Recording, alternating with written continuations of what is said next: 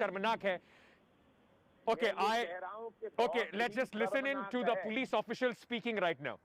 वहाँ से फिर राइट टर्न लेके यूपी में प्रवेश करेंगे। और इस पे कल से भी लगातार बातचीत किसान नेताओं से जो यहाँ गाजीपुर बॉर्डर पे बैठे थे उनसे बातचीत हुई थी, और ये था कि वॉलंटियर्स उनके होंगे। उन्होंने भी अपनी एक व्यवस्था कही थी कि हम लोगों ने अपनी तरफ से भी सुरक्षा व्यवस्था कैसे उचित तरीके से चले ड्यूरिंग दिस ट्रैक्टर रैली, ये उन्होंने बताया था कि हमने कर रखी है। उनके साथ बातचीत हुई थी, उसमें भी ये हुआ था। उनके साथ जो लाइजन अफसर और वॉलंटियर्स के नाम भी एक्सचेंज हुए थे, कॉन्टैक्ट नंबर्स हुए थे, यानी कि उनकी तरफ से ये पूरा आश्वासन था कि ये चीज़ें सब सही चलेंगी।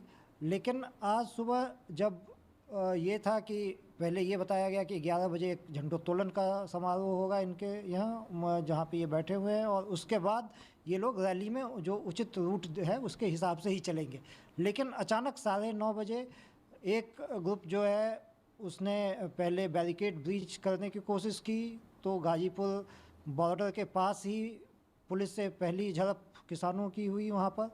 और उसके बाद बहुत सारे किसान जब आगे बढ़े, उन्होंने रूट फॉलो नहीं किया, तय रूट फॉलो नहीं किया, तो अक्षरधाम से 1 किलोमीटर पहले जहाँ पे हमने अपने अरेंजमेंट्स रखे हुए थे वहाँ पे करीब 2 घंटे तक किसानों को समझाया गया, और इवन हमने वहाँ पे टीयर गैसिंग भी की, बेटन चार्ज भी किया और इनको रोकने की कोशिश की। लेकिन जो उग्र किसान थे उन्होंने क्या किया, उन्होंने ट्रैक्टर से लोगों को, पुलिस वालों को, सुरक्षा बलों को कुचलने की कई जगह कोशिश की गई।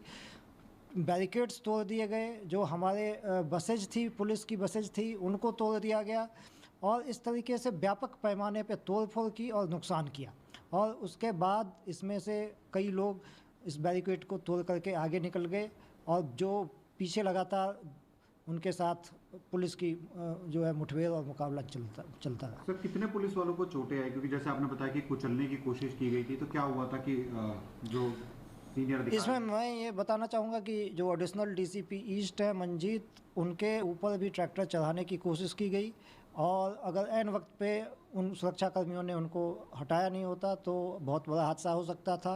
हमारे यहाँ एक प्रोबेशनल एसीपी हैं, उनके भी चोट आई है। इसके अलावा बहुत तेरे पुलिस वाले हैं जिनकी एमएलसी वगैरह अभी हो रही है, उनके बहुत लोगों की चोट यहाँ पे आई है इस पूरे प्रदर्शन के दरमियान।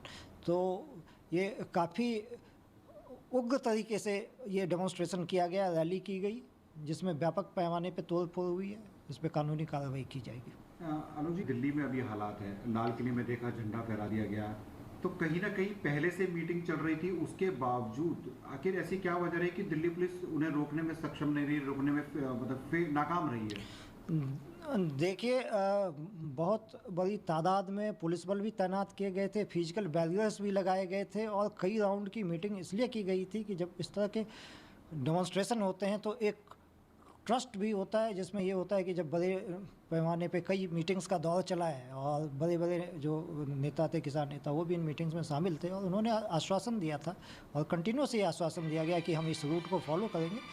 उसके बावजूद हम लोगों ने तमाम, चूँकि आज रिपब्लिक डे था, तो तमाम जगहों पे जहाँ जहाँ पे इस बात की संभावना हो सकती है कि जहाँ से डेमोन्स्ट्रेटर्स जा सकते हैं, वहाँ पे हर किस्म का इंतजाम किया हुआ था।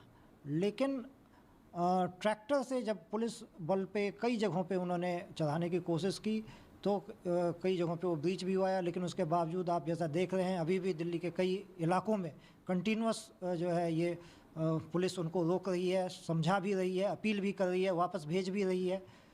बहुत सारे आपने देखा होगा गाजीपुर बॉर्डर से वापस चले भी गए हैं, जो इसमें कई सेनर एलिमेंट्स हो सकते हैं, वो चले भी गए हैं। लेकिन ये कवायद अभी भी चल रही है कि कैसे जल्दी से जल्दी स्थिति को काबू में किया जाए। सर, अभी किस तरह से करा जाएगा? क्योंकि अभी पता चल रहा है कि लाल किले में भी है, नागलोई में देखा हमने, हालांकि गाजीपुर अब थोड़ा सा स्थिति नियंत्रण में है, गाजीपुर इलाके। हाँ, ईस्टर्न रेंज में राइट नाउ कहीं पे कुछ नहीं है, लेकिन जैसा कि अभी सूचना हम देख रहे हैं, कई जगहों पे अभी भी ये पुलिस और उनके बीच में, किसानों के बीच में ऐसा लग रहा है कि स्थिति वहाँ पे अभी है, चल रही है, सिचुएशन है। फोर्स, अतिरिक्त पुलिस बल हमने भी जैसे अपने रेंज से वहाँ पे ऑफिसर्स और बल भेजे हैं, और ये जब तक स्थिति पूरी तरह से काबू में नहीं आएगी तब तक ये चलता रहेगा। सर, जो उपद्रवी है, क्या उनके खिलाफ कार्रवाई की जाएगी कानूनी तौर पर? क्योंकि जिस तरह से उन्होंने तोड़फोड़ करी है, पुलिस वालों को जैसे आपने बताया कि ट्रैक्टर चढ़ाने की कोशिश की, तो उनके खिलाफ क्या कानूनी कार्रवाई की जाएगी?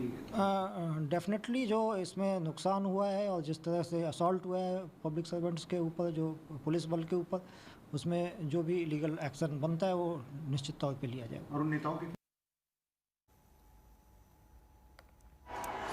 So that is the reaction that came in from